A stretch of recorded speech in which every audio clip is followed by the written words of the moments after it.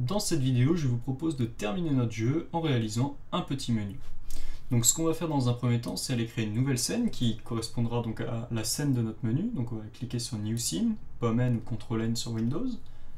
On va venir sélectionner notre caméra, venir lui mettre un fond d'une couleur gris foncé.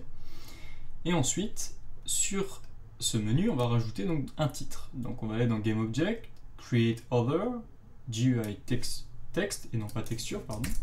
Donc Game Object, Create Other, GUI Text. Et ce texte sera le titre de notre jeu. Donc on va l'appeler Character Quest. Je vais ensuite, au niveau de l'anchor qui correspond donc à l'accrocher en haut et au centre. Donc il vient se centrer sur lui-même.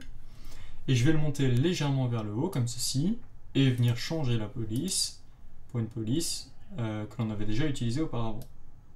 Alors je vais même peut-être le monter un tout petit peu plus haut, par exemple à cet endroit-là, puisque juste en dessous, on va positionner le bouton Play, qui nous permettra de rentrer dans le jeu, donc d'aller vers la scène Level 1. Alors ce qu'on va faire, c'est créer un nouveau script qui va nous permettre justement de réaliser ce bouton. Donc on va cliquer sur JavaScript pour créer un nouveau script de type JavaScript, et on va l'appeler menu, et je vais ensuite tout simplement glisser-déposer sur un des deux objets mon script. Alors pourquoi un des deux objets? Parce que les deux objets sont présents et seront toujours présents sur cette scène. Donc nous on veut que notre script s'exécute en permanence. Alors ce qu'on va faire, c'est utiliser les composants d'interface que propose Unity. Alors qu'est-ce que les composants d'interface? C'est quelque chose qu'on n'a pas encore vu. Nous on a vu comment utiliser des textures pour réaliser des boutons. Mais Unity propose différents composants, tels que des boutons déjà prédéfinis, des champs de texte prédéfinis, etc. afin donc d'avoir des composants utilisables pour faire des menus ou différents HUD, etc. Donc pour utiliser ces fonctions, on va aller donc se référer au callback onGUI. Donc c'est une fonction.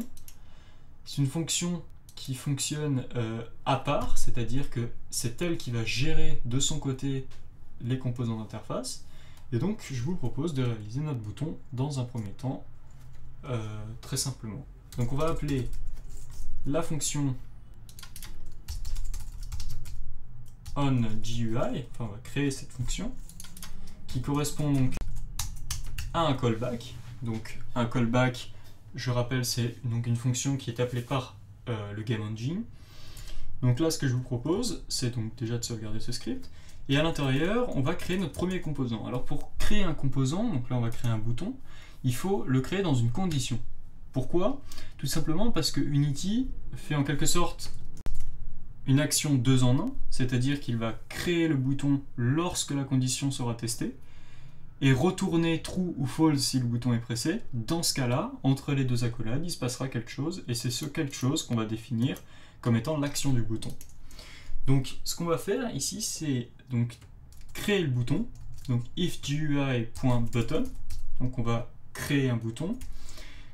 Entre paramètres, il va demander deux paramètres. Donc déjà le deuxième paramètre, on peut déjà le renseigner, il s'agit du titre du bouton. Donc nous on va faire Start the Game, lancer le jeu. Et le premier paramètre du bouton, c'est un rectangle, donc le rectangle étant un composant d'interface, c'est-à-dire c'est un rectangle qui va nous permettre de définir certains composants. Par exemple, là en l'occurrence, un bouton, on peut le définir via un rectangle.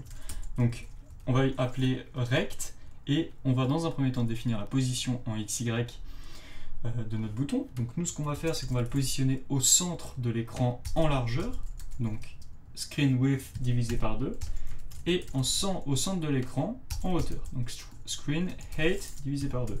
Alors je vais revenir sur ces valeurs dans quelques instants.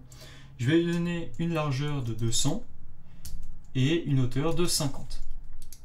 Donc déjà je vais tester le jeu, enfin mon menu, pardon, et je vais voir apparaître un bouton. Alors il est mal positionné au niveau donc de la largeur, mais on verra dans quelques instants comment changer ça. Alors je vais revenir sur les paramètres screen.width et screen.height, qui sont en fait deux constantes qui correspondent, enfin deux variables que Unity nous renvoie. ces deux variables donc, correspondent à la largeur et la hauteur de l'écran.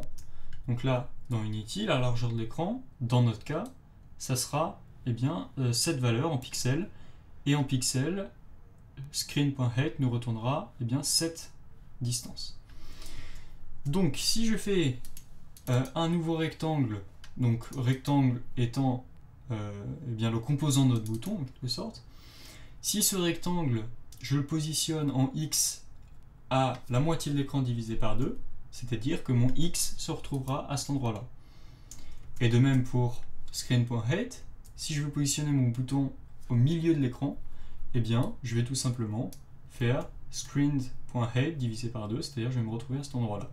Donc si je lance mon jeu, vous remarquez que le haut du bouton, c'est-à-dire le coin haut gauche du bouton, eh bien, est bien positionné au centre. Maintenant, il va falloir que on cheat un peu et qu'on recule notre bouton vers la gauche, ceci étant fait tout simplement de la manière suivante, c'est-à-dire screen.width divisé par 2, moins, et là on va faire moins 100. Donc si on teste, le bouton est au centre, et pourquoi j'ai mis directement moins 100? Parce que je sais que si je divise à nouveau le bouton par 2, c'est-à-dire la largeur du bouton qui est 200, eh bien je tombe à 100, et si j'enlève 100, eh bien je vais me décaler de la moitié du bouton. Donc si on revient ici, précisément on était à peu près à cet endroit-là, et il y avait tout le bouton qui partait dans ce sens, je l'ai poussé de la moitié du bouton, hop, je me retrouve là, et j'ai mon bouton qui est au centre. Donc si je clique dessus, pour l'instant il ne se passe rien. Donc on n'a pas encore défini d'action.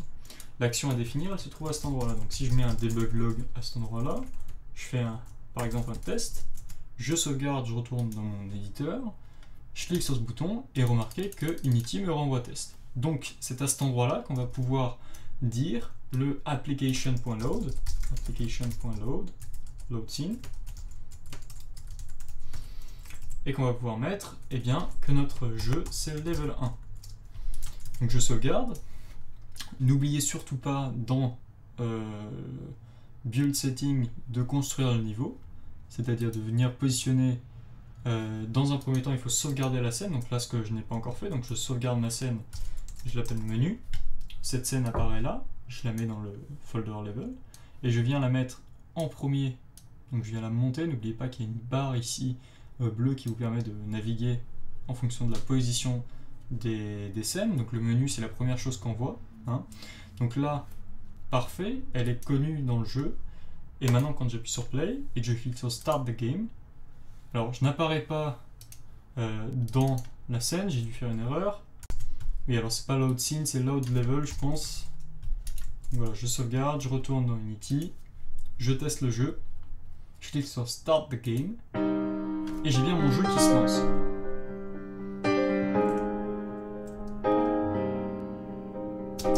Et donc là, je vais pouvoir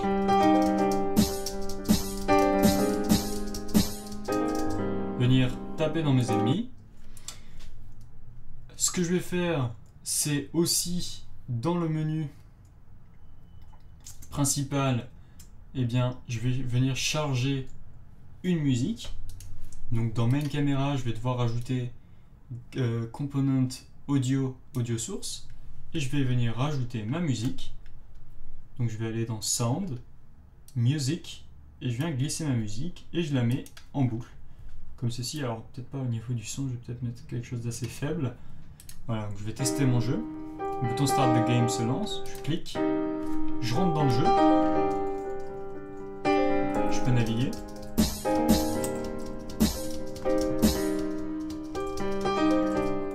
Là je touche pas mes ennemis parce que j'entends pas le son. Là je le touche parce que j'entends le son.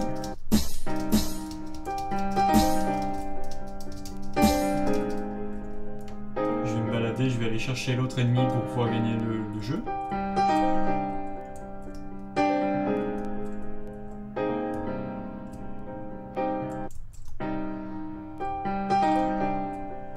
Alors, je sais pas exactement où il se trouve, donc je vais aller sur la carte directement aller le chercher tout seul.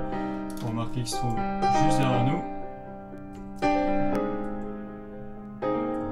Donc on va aller le battre, en espérant qu'il ne nous tue pas avant.